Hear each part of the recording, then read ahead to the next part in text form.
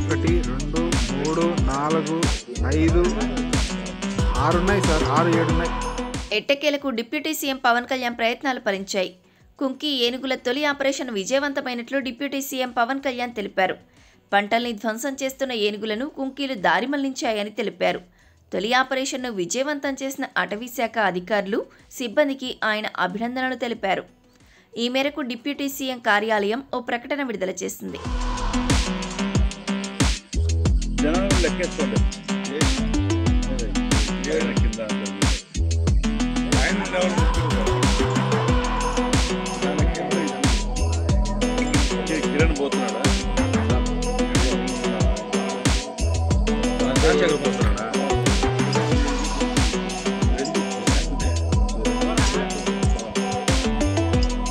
రాష్ట్రంలో ఆపరేషన్ కుంకి మొదలైంది. కుంకి ఏనుగుల ద్వారా చేపట్టిన తొలి ఆపరేషన్ విజయవంతంగా పూర్తయింది.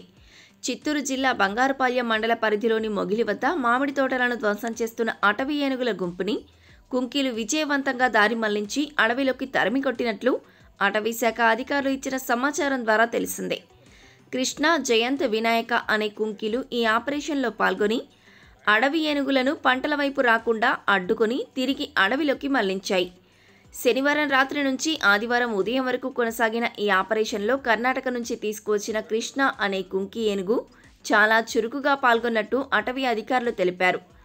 మొగిలి ప్రాంతంలో 15 రోజులుగా ఏనుగుల సంచారం ఉందన్న సమాచారంతో అధికారులు ఈ ఆపరేషన్ చేపట్టారు. 6, 7 ఉన్నాయి.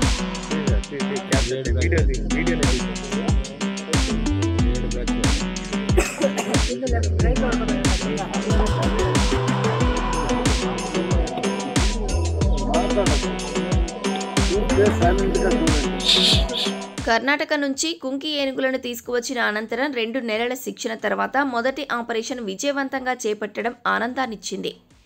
ఏనుగుల సంచారంతో ఇబ్బందులు పడుతున్న సరిహద్దు ప్రాంతాల రైతులు, ప్రజలకు ఈ ఆపరేషన్ భరోసా ఇస్తుంది.